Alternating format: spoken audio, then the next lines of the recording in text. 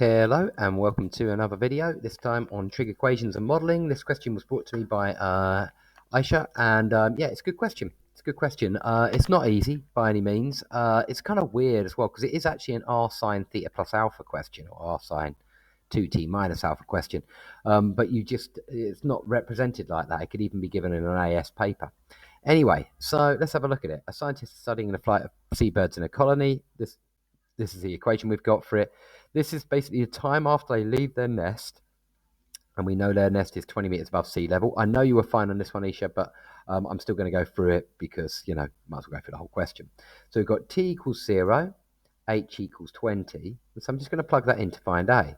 So you've got 20 equals 140 over a plus, okay, sine of 0 is 0, so that term disappears, but cos of 0 is 1, so you get a minus 28 on the bottom.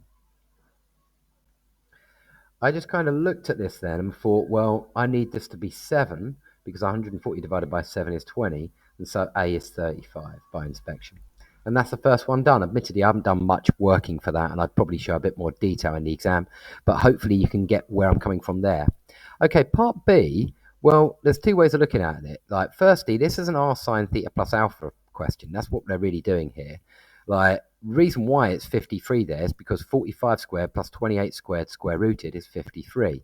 In other words, what we could do, and this is not necessarily the approach I took, but what you could do is just expand the right hand side with compound angle. So 53 sine 2t cos alpha minus 53 cos 2t sine alpha, and then just equate coefficients. We can see that 45 should be the same as 53 cos alpha.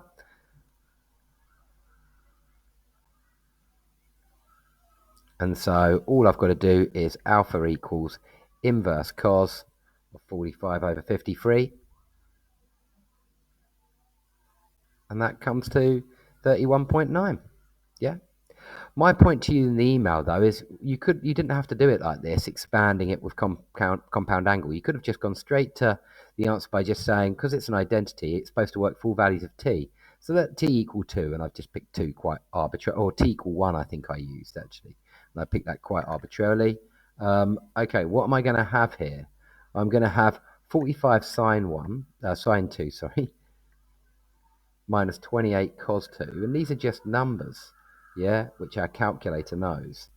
And that's going to be equal to 53 sine of 2 minus alpha.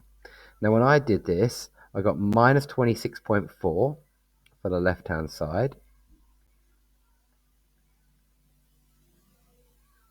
And then I did divide by 53 and then inversed sine. And that gave me 2 minus alpha is equal to minus 29.9.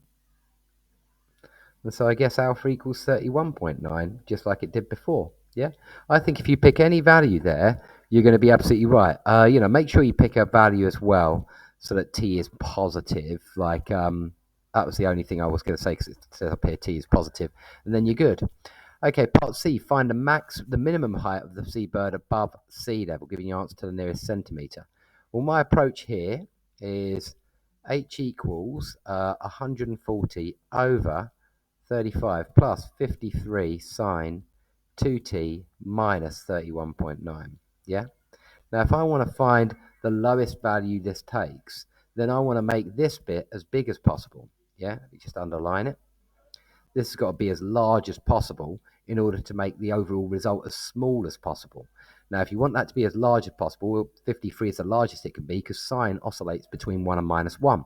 So 53 sine of stuff oscillates between 53 and minus 53. And so let the bottom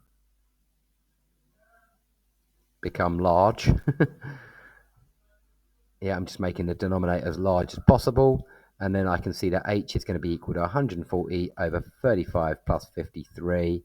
And that equals, according to my calculator, 1.59. I'm guessing this is in meters. Let's have a look at the question again. Meters, yeah, everything's in meters. So that's 1.59 meters, which is 159 centimeters. There we go, it's to the nearest centimeter. Part D was a bit of a head scratcher, but I guess what they're worried about is division by 0, because at that point, the seabird's going to be infinitely high, and that doesn't make any sense. So I'm just going to set the bottom to be equal to 0. So 35 plus 53 sine of 2 capital T minus 31.9 equals 0. I guess this is what they're looking for. I don't know. I haven't seen the mark scheme or anything like that.